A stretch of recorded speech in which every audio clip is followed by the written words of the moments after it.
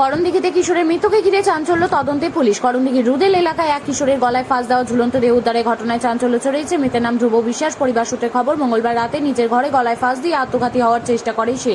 পরিবারের সদস্যরা তাকে উদ্ধার করে প্রথমে রসাকুয়া স্বাস্থ্যকেন্দ্রে নিয়ে যান, পরে চিকিৎসকদের পরামর্শে রায়গঞ্জ মেডিকেল কলেজ ও হাসপাতালে ভর্তি করা হয়। সেখানে চিকিৎসাধীন অবস্থায় বুধবার সকালে তার মৃত্যু হয়। ঘটনার খবর পেয়ে পুলিশ তদন্ত শুরু করেছে। এদিন মৃতদেহটি ময়না তদন্তের জন্য রায়গঞ্জ মেডিকেল কলেজের মর্গে পাঠানো হয়।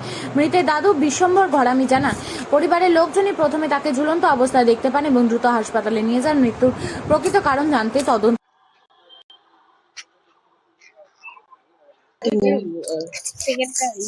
কি বলবো?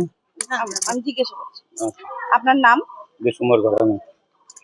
বিশ্বম্বর ঘরামি। ঘরামি যে মারা গেছে কে হবে আপনার? আমার নাতি। কি নাম ওনার? ধ্রুব বিশ্বাস। ধ্রুব বিশ্বাস। বাড়ি কোথায় ওনার? রসাখোয়া। মানে কোন জায়গাটা? রসাখোয়া রুদেল।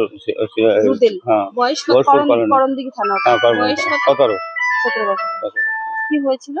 কিছু এটা আমি বলতে পারবো কি হয়েছিল। মা আর ছেলে ঘরে ঘুমায়, মানে দুইটা রুম, দুই সাইডে। রাত 4টার সময় আমাকে ফোন করে, মানে দেখি ছেলাছেলি করে। আমি মনে করি আমার মেয়েটার কোমরে খুব ই করে তো অপারেশন, কিছু হয়েছে নাকি। দৌড় মারে গেলাম দুজনে, আমার স্ত্রী আমি। গাড়ি দেখতে ওই যে ফাঁসি খুলে নিতে ফাঁসি লাগে।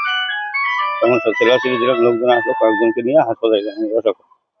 ওখান থেকে রায়গঞ্জে ভর্তি করলাম। ভর্তি করলেন? কখন ভর্তি করেছিলেন? ভর্তি করছিলাম তখন 2টা বাজে, রাত্রি 2টা নাগাদ। হ্যাঁ। আর মারা গেল কখন? মারা গেছে 7টার দিকে। সকালবেলা। কি কারণে আত্মহত্যা করলো? এটা বলতে পারবো না।